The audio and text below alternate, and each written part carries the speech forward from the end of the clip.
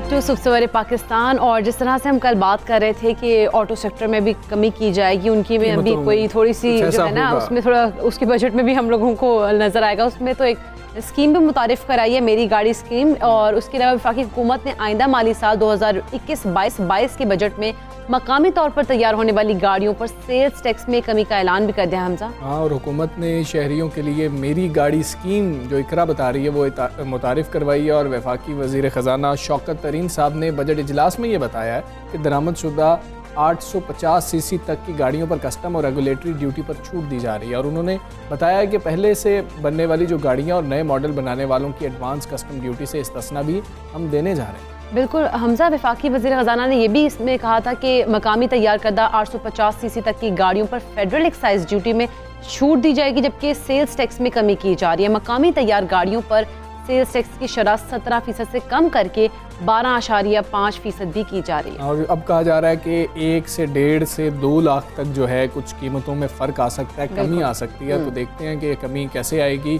और हमने ये भी तो देखना है कि 850 सीसी से नीचे वाली गाड़ियां हैं कौन सी जो लोग खरीद सकते हैं। मकामी तैयार गाड़ियों पर वैल्यू एडेड टैक्स भी खत्म किया जा रहा है। और इलेक्ट्रिक गाड़ियों के लिए सेल्स टैक्स की शरह 17 से कम करके 1% करने और 1 साल तक कस्टम ड्यूटी कम करने का फैसला भी किया। इसका मतलब है कि क्या मतलब लग रहा है कि इस साल हमें इलेक्ट्रिक गाड़ियां भी नजर आएंगी रोड पर? तो सुनील सरफराज मन साहब हमारे साथ मौजूद हैं, उन्हीं से जान लेते हैं कि वो किस तरह से देख रहे हैं। मन सलामु अलैकुम, गुड मॉर्निंग। ये 850 सीसी गाड़ियों वाला ज़रा हमें मामला बता दीजिएगा कि कौन सी गाड़ियां हैं जो लोग ले सकेंगे, इसके नीचे आती कौन सी हैं और कितना फ़ायदा होगा?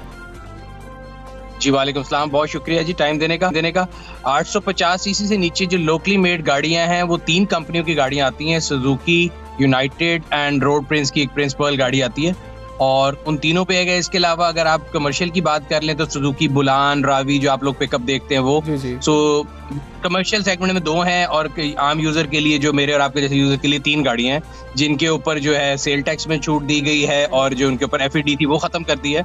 सो इम्पैक्ट जो है वो तकरीबन 70,000 से 1,20,000-25,000 रुपए का आएगा इन गाड़ियों के ऊपर। बिल्कुल सुनील साहब, जिस तरह से इलेक्ट्रिक गाड़ियों पर ड्यूटी खत्म कर रहे हैं तो इस सेक्टर को कितना फायदा खत्म होगा अगर ये ड्यूटी खत्म कर दी जाती है? और क्या हमें इस साल में हमजा से भी ये बात कही थी कि हमें ग्राउंड पर इलेक्ट्रिक गाड़ियां नजर आएंगी? अच्छा, ये कंफ्यूजन है। इलेक्ट्रिक गाड़ियों पे ड्यूटी खत्म नहीं की गई। जो लोकली मैन्युफैक्चर इलेक्ट्रिक गाड़ी होगी उसके ऊपर जो सेल टैक्स है वो 70% की जगह 1% होगा। अब लोकली मैन्युफैक्चर तो अभी भी कोई इलेक्ट्रिक गाड़ी नहीं हो रही, ना ही अगले आने वाले एटलीस्ट 1-1.5 साल में आपको लोकली कोई इलेक्ट्रिक गाड़ी मिलेगी जो कि पाकिस्तान में बनेगी। बट ये एक इंसेंटिव किया गया तमाम इदारों को, 13 के करीब कारसाज इदारे हैं कि they are all welcome to bring in, और जिनकी CKD यहाँ पे यानी लोकल प्रोडक्शन है, अगर वो यहाँ पे पाकिस्तान में बनाना चाहते हैं and if they want to make it, तो इसमें काफी बड़ी छूट है। 16% के रिलीफ, काफी रिलीफ है। बट जैसे आप सवाल कर रही थी, मेरा नहीं ख्याल कि अभी नियर फ्यूचर में आपको एटलीस्ट इन दिस ईयर तो बिल्कुल भी नहीं, अगले साल के एंड से आपको नजर आना शुरू हो जाएगा, बिकॉज जो एग्जिस्टिंग कंपनीज हैं वो इस पे काम शुरू करेंगी, जिनके मॉडल्स हैं इलेक्ट्रिक वो लेके आएंगे। बिल्कुल ठीक है। हम जैसे लोग जो गाड़ियां खरीदना चाहते हैं, अब हम 850 सीसी से सर नीचे की बात कर रहे हैं, क्या कोई नई गाड़ियां भी आप देख रहे हैं 1 साल के अंदर आएंगी जो पाकिस्तान में मैन्युफैक्चर हो रही होंगी? क्योंकि हमने क्वालिटी को भी देखना है कि वो उसकी क्वालिटी कैसी होगी कि लोग उसको लेना भी चाह रहे हो। मेरा ख्याल है अभी अगर हम देखें जो 3 प्लेयर्स ऑलरेडी 850 सीसी के नीचे हैं और उनके अंदर काफ़ी ज़्यादा अभी जो आप बात कर रहे हैं कि काफ़ी ज़्यादा बुकिंग टाइम भी होता है और वो उनकी सप्लाई बहुत ज़्यादा कम है, उस लिहाज से कि डिमांड ज़्यादा है। तो I think there is incentive बाकी मैन्युफैक्चरर्स के लिए। गवर्नमेंट ने तो किसी को रोका नहीं है, बट वो जनरली जितने भी आप देखेंगे न्यू एंट्रेंट्स हैं, उन्होंने मार्केट में एक सेगमेंट को पकड़ा हुआ है, SUV को, क्योंकि वहाँ पे उनको लगता है कि ज्यादा है, they can make lot of money. तो ज्यादातर लोग जो हैं वो 800 सीसी से ऊपर रहते हैं और नीचे कंपटीशन में बहुत अरसे तक तो आप देखें तो सिंगल प्लेयर सुजुकी था, अब यूनाइटेड और वाले जो हैं वो लेकर आए हैं। तो हो सकता है और भी कोई प्लेयर जो इसमें लेके आना चाहें। MG की एक गाड़ी सुना था आएगी, so I think there will be new entrants. ठीक है मन साहब, हमें ये भी बताएं, हमने देखा डॉलर जो है मतलब हमारे रुपए की कदर घट रही थी, डॉलर महंगा हो रहा था, गाड़ियां ऐसे आसमान की तरफ जा रही थी, डॉलर नीचे आना शुरू हुआ, रुपए की कदर जो है बढ़ना शुरू हुई, गाड़ियां फिर भी वहीं पर कीमत खड़ी हुई थी, वो क्यों नहीं कम होता? इसमें वजह क्या है? सर उसकी जो एक रीजन है वो टाइमिंग बड़ी जो है ना क्रूशियल है। आप ये देखें जब डॉलर नीचे आया तो वो पोस्ट कोविड था, और पोस्ट कोविड अगर आप पूरी दुनिया में देखें तो गाड़ियों के जो मैन्युफैक्चरिंग के इंग्रेडिएंट्स हैं ना, जिनको आप कहते हैं गाड़ियां बनाने के लिए सबसे इंपॉर्टेंट चीजें, उसमें स्टील है, मेटल है और जितने पार्ट्स हैं उनकी सप्लाई शॉर्ट हो गई थी। उनकी प्राइसेस स्काई रॉकेट कर गई थी। फिर आपके यहाँ पे जो गाड़ी बेशक पाकिस्तान में भी बनती है उसकी ज्यादा कंपोनेंट बाहर से आते हैं। तो अगर आप ओशन फ्रेट को देखें तो वो 3 टाइम्स हो चुका है कोरोना के बाद से। तो ये तमाम फैक्टर्स, ये ऑटो मैन्युफैक्चरर का कहना है, मेरा नहीं, तो ये रीजन वो देते हैं कि इसकी वजह से हम गाड़ी सस्ती नहीं कर सके। बट मेरा भी आपकी तरह ये ख्याल था कि अगर जब डॉलर ऊपर गया तो गाड़ी ऊपर गई है, डॉलर नीचे आया तो गाड़ी नीचे आई है, बट वो आई नहीं। बिल्कुल ऐसे ही है। अच्छा, वैसे जिस तरह से हमने देखा कि सुनील मंद साहब, हम आपसे भी जानना चाहेंगे कि टायर्स की कीमतों में इजाफा कर दिया गया बजट में, तो इससे ऑटो सेक्टर को क्या नुकसान होगा? क्योंकि कीमतें तो कम हुई है लेकिन जो टायर्स हैं उनको बढ़ा दिए गए कीमतों में। तो ये देखें, ऐसी फैक्टर है जो कि ऑटो मैन्युफैक्चरर को भी एक एलिबाय मिल जाता है कि वो कहते हैं जी हमारे देखें इंग्रेडिएंट महंगे हो रहे हैं। सो और आम जो टायर तो ऐसी चीज है कि जो हर बंदे ने इस्तेमाल जरूर करनी है। एक तरफ से आपको रिलीफ मिला है, दूसरी तरफ से कम हो गया, बट फिर भी अगर मेरा ख्याल है क्यूमुलेटिव देखा जाए तो मैंने पहली दफा देखा है हिस्ट्री में कि गवर्नमेंट ने ये स्टेप लिया है कि वो अपने जो है ना जो कहते हैं अर्निंग को कम करके लोगों को रिलीफ दे रहे हैं। And I think it was the right thing to do कि 800 सीसी या 850 सीसी से नीचे जो एक आम आदमी की गाड़ी है उसको सस्ता करें, ऊपर वाली को बेशक ना भी करें, लेकिन आम आदमी को रिलीफ मिलना चाहिए। बिल्कुल, और इससे ज्यादा जरूरत मेरे ख्याल में मोटरसाइकिल्स के ऊपर करने की है, बिकॉज मोटरसाइकिल एक ऐसा सेगमेंट है जिसकी प्राइसेस अगर आप डॉलर्स के साथ देखें बढ़ती जा रही है और कभी कम नहीं हुई। ठीक है सुनील सरफराज मंद साहब, हमें ये भी बता दीजिएगा कि गाड़ियों की तो अब हम बात कर रहे हैं, मिडिल क्लास की बात करते हैं, वो चाहते हैं कि थोड़ी सी गाड़ी अच्छी भी हो और मुनासिब कीमत पे में भी हमें मिल जाए। वो अब हमें कम अज़ कम भी देख लें तो 1000 सीसी में नज़र आ रही होती है। उम्मीदें शायद ज़्यादा बांध ली थी, 1000 सीसी की तरफ लोग सोच रहे थे कि अच्छा 1000 सीसी में हमें कुछ ऐसी मिल जाएगी कि जो हम एसी भी उसका ठीक चल रहा होगा, चलाने में भी थोड़ी सी स्मूथ होगी। तो उस हवाले से बताएं कि जब डॉलर जो है वो कमज़ोर हो रहा है, रुपया तगड़ा हो रहा है, आपको आने वाले कुछ 6-7 माह में नज़र आ रहा है कि गाड़ियों की कीमतें नीचे भी आएंगी, बड़ी गाड़ियों की भी?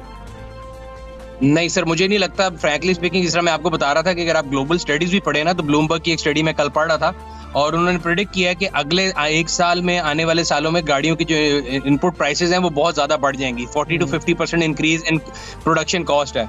तो मुझे नहीं लगता कि आने वाले 1 साल के अंदर कोई ऑटो जो सेक्टर है या मैन्युफैक्चरर है वो प्राइस कम करेंगे। द ओनली होप और फोकस वुड बी कि गवर्नमेंट जो है वो रिलीफ दे, जैसे उन्होंने 850 में दिया है। अब ये गवर्नमेंट का प्रोडक्टिव है कि वो देखते हैं कि 1000 वाले को भी देना है कि नहीं देना। बट अगर आप मैन्युफैक्चरिंग साइड से देखें एंड रियलिस्टिक फिगर देखें तो मेरा नहीं ख्याल कि मुझे उसमें कोई खास उम्मीद नजर आती है। बिल्कुल ठीक है, आपको उसमें कोई खास उम्मीद नज़र नहीं आ रही है। बहुत शुक्रिया सुनील सरफराज मंद साहब, आप पाकिस्तान से बात कर रहे थे। तकरीबन उनको लगता है 75,000 से लेके तकरीबन 1.25 लाख तक जो है कीमतों में कमी आ सकती है। ये जो फैसला किया गया है, हमने देखा जाए तो ये भी एक अच्छा फैसला है। कम से कम थोड़ी बहुत तो कमी है, मिडिल क्लास तबका थोड़ा तो मतलब थोड़ा उसको रिलीफ मिलेगा ही ना, कि कम से कम कुछ पैसे तो कम होंगे। बुकिंग टाइम भी कुछ अब कम किया जा रहा है ना, कि आप बुकिंग करवाते थे तो आपको 5 माह बाद जी गाड़ी मिलेगी, तो उसको भी कम किया जा रहा है। तो उसके ऊपर भी जो गवर्नमेंट काम कर रही है, अच्छी बात है। अच्छा, कल एक और चीज़ सामने आई थी मोबाइल को लेकर ना, कि वफाकी हुकूमत ने मोबाइल फ़ोन दरामद करने पर ड्यूटी में मजीद इजाफा करने का ऐलान किया है।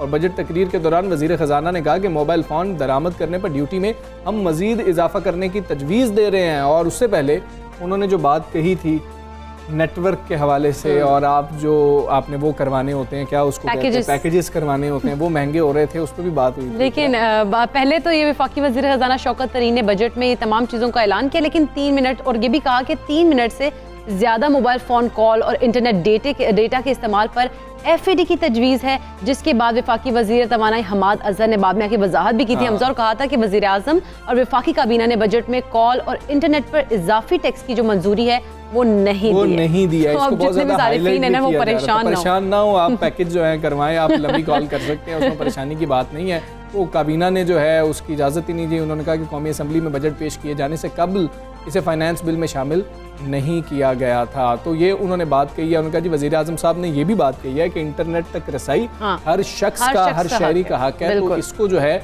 हम नहीं मान रहे हैं, लेकिन वो वहाँ पर क्योंकि उन्होंने बोल दिया था, तो उसके बाद कुछ ऐसी चीज़ सामने आ रही थी कि शायद अब 3 मिनट से अब लोगों ने लगाया होगा, अच्छा 2:50 हो गया, मैं काटने लगा हूँ भाई, मैं दोबारा से कॉल करती हूँ क्या। लेकिन लोगों को परेशान तो नहीं ना होना। अब उन्होंने करेक्शन तो कर दिया अपनी आके, भाई पहले था ही नहीं इसमें अब। बिल्कुल ऐसे ही। अच्छा, ये अच्छी बात है कि इसकी वजाहत फौरी सामने आ गई है। अब हम आगे बढ़ रहे हैं और आपको बताएंगे, आप सबको बहुत पसंद है, मैं बहुत पसंद है, हम सब बहुत मोहब्बत करते हैं, तमाम पाकिस्तानी उनसे बहुत मोहब्बत करते हैं। और आज उनकी सालगिरह है। किसकी सालगिरह है? बिल्कुल जावेद मियादाद साहब की। और कौमी टीम के साबिक कप्तान रह चुके हैं माया नाज बल्लेबाज जावेद मियादाद आज अपनी 64वीं सालगिरह मना रहे हैं। जावेद मियांदाद 12 जून 1957 को कराची में पैदा हुए थे।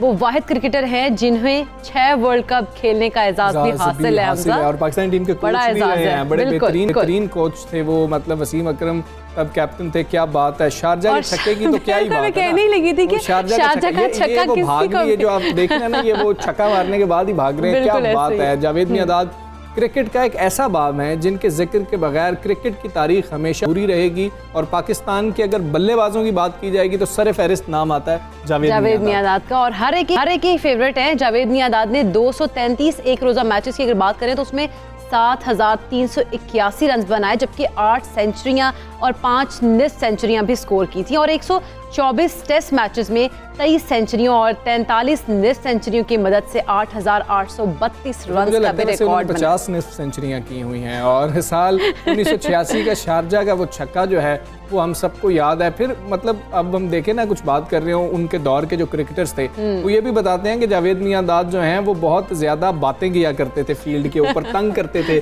जो दूसरे प्लेयर्स होते थे उनको, और हम सब उनको बहुत पसंद करते हैं। हम सुबह सवेरे पाकिस्तान के प्लेटफॉर्म से उनको हैप्पी बर्थडे बोल रहे हैं और अब उनको शामिल गुफ्तगू भी कर रहे हैं। जावेद मियांदाद साहब हमारे साथ मौजूद हैं। जावेद भाई अस्सलाम वालेकुम। सबसे पहले तो हैप्पी बर्थडे, आज आपकी सालगिरह है, हमारी तरफ से तो आपको सालगिरह मुबारक हो। आपका दिन कैसा गुजरता है, आज कैसा गुजारेंगे? पहले तो बहुत बहुत शुक्रिया आपका, और लाजमी बात है कि अब वो उम्र तो रही नहीं कि जो पहले छोटे होते थे और करते थे। बादल ये है बस अब केक काट लेते हैं और बच्चे जो हैं वो थोड़ा सा बना लेते हैं और घर में खाना बना लेते हैं, खाना खा लेते हैं। कुछ अपने मतलब फैमिली है वो आ जाते हैं, खाना खाते हैं। जावेद मियांदाद साहब, आपके करियर में शारजा का छक्का और क्रिकेट वर्ल्ड कप के अलावा सबसे यादगार लम्हा क्या था, जरा वो भी शेयर कीजिएगा। लाज़मी बात है कि जब हम वर्ल्ड कप जीते थे वो चीज जो थी वो हम, क्योंकि वो पहली दफा वर्ल्ड कप जो थे वो जीत रहे थे, और टीम क्योंकि एक टाइम पे लग रहा था कि हम पैकिंग कर रहे थे और पता चला 1 पॉइंट हमें मिला, और उसके बाद हमारी जो टीम है वो ऐसे क्लिक हुई कि फिर पीछे हमने देखा ही नहीं और वर्ल्ड कप जीते। तो मैं समझता हूँ कि अचीवमेंट है कंट्री के लिए हमेशा। इतने बड़े बड़े टूर्नामेंट जैसे वर्ल्ड कप है और इस तरीके से ओलंपिक्स होती हैं, जैसे ये ऐसे टूर्नामेंट हैं कि ये एक दो 4 साल में और बड़े अच्छे तरीके से होते हैं, और सारी टीमें जो होती हैं वो बड़ी स्ट्रॉन्ग होती हैं, और एक सारी पूरी कंट्रीज जो है ना वो इन्वॉल्व होती हैं। तो मेरे हिसाब से तो वर्ल्ड कप जीता, आई मीन वो हमारे लिए अचीवमेंट थी, और फॉर पाकिस्तान। तो आज हम अपने आप को कह सकते हैं कि वर्ल्ड चैंपियन, हम वर्ल्ड चैंपियन। बिल्कुल दुरुस्त कह रहे हैं आप। जावेद भाई, आपकी मौजूदगी का फ़ायदा उठाते हैं तो हम आपसे ये भी पूछेंगे आपके ख्याल में, क्योंकि ये कहा जाता है, हमने जिनसे भी सुना है, बड़े क्रिकेटर से भी यही सुना है कि पाकिस्तान में सबसे ज़्यादा क्रिकेट को जावेद भाई समझते हैं, आप मतलब वसीम अकरम भी ये बात करते हैं। तो ये बताइएगा कि इस वक्त क्रिकेट बोर्ड और टीम जो है वो महफूज हाथों में, आप अक्सर तनकीद भी करते हुए हमें नजर आते हैं। बादल, मैं जो थोड़ा बहुत देख रहा हूँ कि हमारी टीम जो है ना, लड़के बहुत जल्दी है ना आप चेंज कर रहे हैं। क्रिकेट में ऐसा नहीं होता। क्रिकेट में ये होता है कि अगर आपने एक लड़के को अच्छी तरीके से, यू गोट आई आपका होनी चाहिए। आप बच्चे को देख लेते हैं, प्लेयर को, कि हाँ इसके अंदर कितनी क्रिकेट है, क्या है क्या नहीं, और फिर खेलने देते हैं और ट्राई करें। क्योंकि किसी भी दुनिया में मैं ये देख रहा हूँ कि आजकल जब भी पाकिस्तान के एवरी टाइम नए लड़के जो है ना वो आप डाल देते हैं। देखिए, ये कंट्री का मामला होता है, पाकिस्तान कम फर्स्ट, उसमें आप ये नहीं देखते कि किसको चांस देना है किसको नहीं। हमने आगे की, बस आपके पास अगर 11 लड़के अच्छे हैं और वो कोई टीम अच्छा कर रही है तो वो डिजर्व करती है, खेलने देना चाहिए, और कोई रेस्ट नहीं, ये नहीं ये। तो इस तरीके से क्रिकेट जो है वो खिलानी चाहिए कि अगर जो लड़का अच्छा कर रहा है वो फिर उसको ट्राई करेंगे, दूसरे फॉर्मेट में भी डालें। अगर हो जाता है तो आपके लिए एक सीजन प्लेयर हो जाता है। और कंट्री को खेलना, देखिए, जो अगर मैं हूँ, अगर मैं पाकिस्तान से खेल रहा हूँ, परफॉर्मेंस करूँ, तो हम तो कभी नहीं कहते कि हमें रेस्ट चाहिए, ये हटा दिए बोल के। अगर आप निकाल देंगे तो पूछते हैं कि भाई मेरी परफॉर्मेंस हुई थी, कैसे निकाल रहे हैं आप भाई। तो इस तरीके से जाना चाहिए। तो मैं ये समझता हूँ कि हमारे यहाँ बहुत जल्दी जल्दी है ना रिप्लेसमेंट कर रहे हैं। एवरी टाइम मैंने देखा है कि टीम जो है वो हमेशा चेंज नजर आ रही होती। आपने एक टीम जो है वो नहीं बनाई, और एक टीम जब बन जाती है तो उसके अंदर जब आदमी कोई फेल होता है जी, ये नहीं कि एक बंदा बहुत अच्छा कर रहा है और एक दफा एक ही इनिंग में वो फेल हो जाए तो उसको आप चेंज करते नहीं। ऐसे लड़कों को तो मैं ये समझता हूँ कि आदमी को, या मैं वो जो हमारे कोच हो या जो भी सिलेक्टर्स हैं, उनको ये चीज देखनी चाहिए कि लड़के में क्रिकेट कितनी है, खेलता कैसा है, उसकी टेक्निक कैसी है और किस तरीके से और परफॉर्म कर रहा है, तो ही शुड कंटिन्यू। बिल्कुल। जावेद मियांदाद साहब, जिस तरह से PSL चल रहा है, तो आपको कोई नया टैलेंट नजर आ रहा है क्या? किसी से कोई उम्मीदें वाबस्ता हैं आपकी? देखिए 2020 जो क्रिकेट है वो आपको पता है एक फेस्टिवल टाइप की क्रिकेट है जी, और लाजिम आते हैं कि बड़ी पॉपुलर हो गई है सारी कंट्री में, दुनिया में, कि शॉर्ट फॉर्मेट है और लोग एंजॉय करते हैं। एक्चुअली 2020 क्रिकेट जो है इट्स नॉट ए क्रिकेट, बस ये एंजॉयमेंट क्रिकेट है, और उसके अंदर आउट हो जाओ तो मुसीबत और रन करो तो मुसीबत। वो इसीलिए कि आपने कितने ओवर्स खेल लिए पता चला कि फायदा ही नहीं होगा कुछ। तो एक एंजॉयमेंट है, और ये बड़ा अच्छा है कि सारी दुनिया में ये क्रिकेट हो रही है और बड़ी पॉपुलर हो गई है। तो मैं समझता हूँ कि ये एक अच्छा टूर्नामेंट है सारी कंट्री के लिए। इससे बड़ा फर्क पड़ता है। दुनिया के बहुत सारे प्लेयर्स देखें, पाकिस्तान में आते नहीं थे, अब सब माशाल्लाह आते हैं, खेलते हैं यहाँ पर।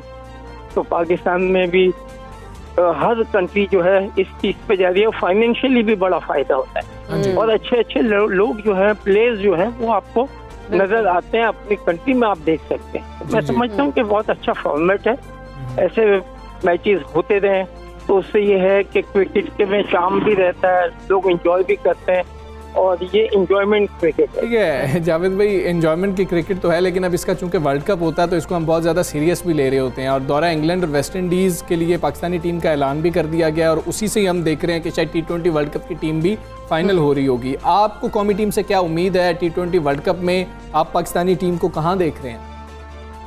देखिए पाकिस्तान की टीम बड़ी अच्छी है, बस में ये है कि हमें क्लिक होना पड़ेगा। हमारी अक्सर ये है कि प्लेयरों को मैं तो यही सजेस्ट करूंगा कि अपने आप पे पहले तो आपने कॉन्फिडेंस रखना है अपने आप में ना। हर आदमी सोचे कि मैं परफॉर्म करूंगा और मैं ना मैन ऑफ द मैच बनूंगा। मैं इस तरीके से आप जब मैच खेलते हैं तो आपके अंदर एक ऐसा विजन होना चाहिए, ऐसी है ना भूख होनी चाहिए, तो वो बहुत है। क्रिकेट में बाद में जो कुछ होता है वो तो अपनी जगह होता है, मगर जब आप प्रिपेयर करें तो आपका कोई ना कोई टारगेट सामने हो कि इस तरीके से हमने करना है। तो वर्ल्ड कप होगा, उसमें पाकिस्तान को पता है कि कौन कौन सी टीमें आ रही हैं, उनके खिलाफ कैसे खेलना है। तो पाकिस्तान से आप इन प्लेयरों को, टीम को जो है ना प्रिपरेशन करनी चाहिए अपने आप को उस लेवल के लिए कि वहाँ ये आएगा, उस तरीके से आएगा, मैं कैसे खेलूंगा, ये चीजें तो पहले से आपको ना ये चीजें सोचनी पड़ती है। सही। जावेद मियांदाद साहब, जिस तरह से आपकी, हमें पता, सबको पता है फाउंडेशन भी है, तो वो क्या काम कर रही है और आपके फ्यूचर प्लान्स क्या है इस हवाले से?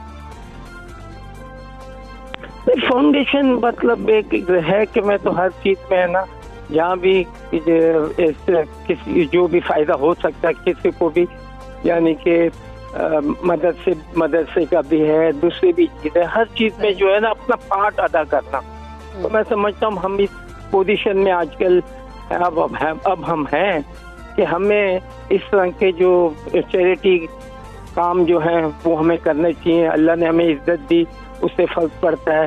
तो हम लोगों को चाहिए, जितने भी अच्छे ऐसे क्रिकेटर हैं, और कोई भी, नॉट ओनली क्रिकेट में, हॉकी में, कितने भी, जो भी अच्छा पाकिस्तान को रिप्रेजेंट करके और उसमें नाम बनाया, उसका फर्ज बनता है कि बाद में वो अपनी जो भी चीजें हैं वो दें, ताकि लड़के उससे और मतलब फायदा उठाए। तो मैं यही चाहूँगा कि हर को चाहिए कि जहाँ भी, मेरा ये होता है कि जहाँ पर भी मैं देखता हूँ कि कुछ कर सकता हूँ तो मैं हमेशा आगे। जावेद भाई बहुत शुक्रिया, सुबह सवेरे पाकिस्तान के लिए आपने वक्त निकाला। हम फिर आपको हैप्पी बर्थडे बोलते हैं। आप इस तरह के दिन, मतलब हम देखें कि आप खुशी से इस तरह की सैकड़ों सालगिरह जो है ना वो मना रहे हैं, और पाकिस्तानी क्रिकेट के लिए जितना बड़ा नाम जावेद मियाँदाद है बैटिंग के शोबे में, और जो आप मतलब जहन रखते हैं माशाल्लाह, और हम उससे फ़ायदा भी उठा सकें, हम इस्तेफादा कर सकें, हमारी क्रिकेट जो है वो मज़ीद बेहतर होती जाए और हम अपने लेजेंड्स को ये ट्रिब्यूट पेश करते रहें। इंशाल्लाह करते ही रहेंगे और हम उम्मीद करते हैं कि ऐसे हम और भी नाम आए जिनको हम इसी तरह से अप्रिशिएट करें। अच्छा, आगे बढ़ें, कुछ हम बात कर लेते हैं ज़राअत के हवाले से। बिल्कुल, जिस तरह से हम बजट में भी बात करते थे ज़राअत के शोबे के हवाले से, तो वफाकी बजट में ज़राई शोबे के लिए 12 अरब रुपए रखे गए हैं, जबकि टिड्डी दल और फूड सिक्योरिटी प्रोजेक्ट के लिए 1 अरब रुपए मुख्तस करने की तजवीज़ भी सामने आई है। चावल, गंदम, कपास, गन्ना और दालों की पैदावार बढ़ाने के लिए 2 अरब रुपए मुख्तस करने की तजवीज़ दी गई है। जैतून की काश्त बढ़ाने के लिए 1 अरब रुपए मुख्तस करने की तजवीज़ पेश की गई है। बिल्कुल, वज़ीर ख़जाना शौकत तरीन ने बजट तकरीर में ये भी कहा था कि गंदम, गन्ने, चावल की पैदावार में इजाफा हुआ है, जबकि ज़रूरी अजनास की दरामद की वजह 2019 में कम पैदावार थी। किसानों को 3100 अरब रुपए आमदन हुई, जो गुज़श्ता साल 2300 अरब रुपए थे। ये बात दुरुस्त भी है, और अब किसान बहुत उम्मीदें लगा के बैठे हुए थे बजट से। जब बजट आ चुका है तो किसान बजट के हवाले से क्या कहते हैं, हमने कुछ किसानों से बात करने की कोशिश की है, आपको वो जो पहली हुकूमत थी उन्होंने भी किसानों के बारे में कोई रिलीफ नहीं दिया। आप देख लें, बिजली के ट्यूबवेल हैं वो यूनिट 15-20 तक जा चुका है, ठीक है। खादों पर वो जो 3000 की नवाज शरीफ दौर में थी, अब वो 6000 की बोरी हो चुकी है। सब्सिडी कहते हैं वो टोकन वाला सिस्टम, किसान को वो बराह रास्त नहीं पहुँचा। उम्मीदें तो हमने शुरू से ही ना हर हुकूमत से लगा कर रखी थी, लेकिन कोई भी हुकूमत हमारे मेयार पे पूरी नहीं उतरी। ज़िम्मेदार को ना हमेशा शुरू से ना नुकसान में रही है, ज़िम्मेदार हमेशा नुकसान में रहा है, ठीक है ना। हमें पानी में कोई, बिजली के बिलों में कोई फ़ायदा होता है, उसमें भी आप देख लें बिजली के बिल जो है ना बहुत ज़्यादा आ रहे हैं। किसानों के लिए हुकूमत को सोचना चाहिए, खाद सस्ती करनी चाहिए और बीज सस्ता करना चाहिए, और उनके लिए पानी देना चाहिए, ताकि बिजली की कीमतों में कमी करनी चाहिए, ताकि किसान सुकून में। और बजट तो हर हुकूमत के दौर में आता है, तो लेकिन जो है ना वो किसान को सब्सिडी नहीं दी जाती। बिल के ऊपर टैक्स लग जाता है, गैस के ऊपर टैक्स लग जाता है, हर चीज़ के ऊपर, ताकि कोई भी सहूलत नहीं जाती बजट में। पिछले 3 सालों से भी हुकूमत बजट पेश करती आ रही है, तो इसका किसानों को कोई खातिर ख्वाह इजाफ़ा, उनको कोई सहूलियात नहीं मतलब कि उनको दी जा रही। ये जो बजट पेश किया गया है, ज़िम्मेदार तबका जो पहले ही माली मुश्किलात का सामना कर रहा है, उसको खादों, बीज, अद्वियात पर सब्सिडी मज़ीद दी जाए तो उसमें ज़्यादा बेहतरी आएगी। जी, आपने गुफ्तगू मुलाहिज़ा की है। वो किसान तो यही कहते हैं कि हमने हर हुकूमत से उम्मीद रखी, लेकिन कोई हुकूमत भी हमारी उम्मीदों पर पूरा नहीं उतरी है। इस दफ़ा कोशिश की गई है, और वज़ीर-ए-आज़म साहब ने किसान रहनुमाओं से मुलाकात भी की थी, उनको भी उन्होंने ये कहा था कि हम कोशिश पूरी कर रहे हैं। अब देखेंगे कि आने वाला जो साल है वो किसानों के लिए कैसा होगा, ज़राअत के लिए कैसा होगा। पाकिस्तान तब तक तरक्की नहीं कर सकता जब तक ज़राअत तरक्की नहीं। बिल्कुल ऐसे ही है, क्योंकि ज़राअत जो है ना वो शुबा स्ट्रॉन्ग होगा तो मुल्क तरक्की करेगा। हमसा, हमें यहाँ पे एक ब्रेक लेनी है। हाँ, ब्रेक के बाद वापस आएंगे, आपने कहीं नहीं जाना।